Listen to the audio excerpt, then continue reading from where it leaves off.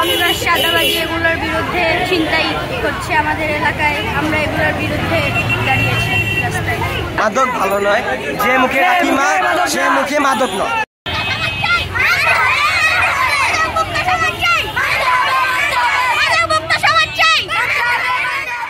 এভাবেই রাস্তায় দাঁড়িয়ে স্লোগানের মাধ্যমে মাদক এবং সন্ত্রাসের বিরুদ্ধে প্রতিরোধ গড়ে তুলেছেন মোহাম্মদপুর এবং ধানমন্ডি এলাকার স্কুলের শিক্ষার্থীরা।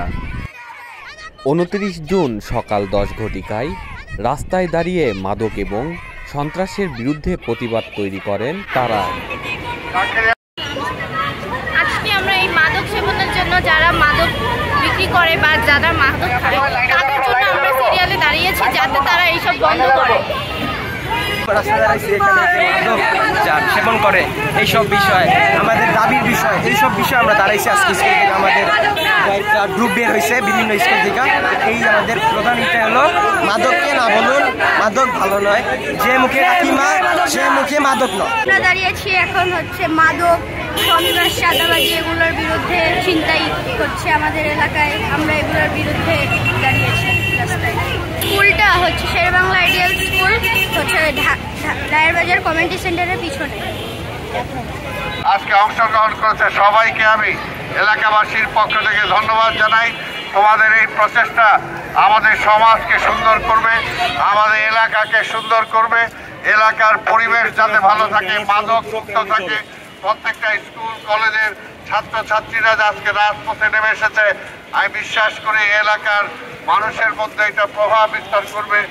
ভবিষ্যতে সমস্ত সন্ত্রাসমুক্ত পরিবেশ আমরা বজায় রাখতে পারবো। আমি সবাইকে ধন্যবাদ জানাই। আজকে অংশগ্রহণকারী সকল স্কুল কলেজকে আমি ধন্যবাদ জানাই।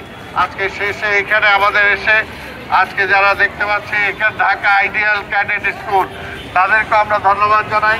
প্রত্যেকটা স্কুল কলেজ যারা অংশগ্রহণ করেছো তোমাদের সবাইকে, শিক্ষক শিক্ষয়িত্রী সহ প্রত্যেককে আমরা ধন্যবাদ জানাই। আজকে জনগণের মধ্যে একটা সচেতনতা গড়ে তুলবে, যাতে ভবিষ্যতে এলাকার সবাই মিলে আমরা মাদক মুক্ত করতে পারি, সন্ত্রাস মুক্ত করতে পারি, চাঁদাবাজ মুক্ত করতে পারি।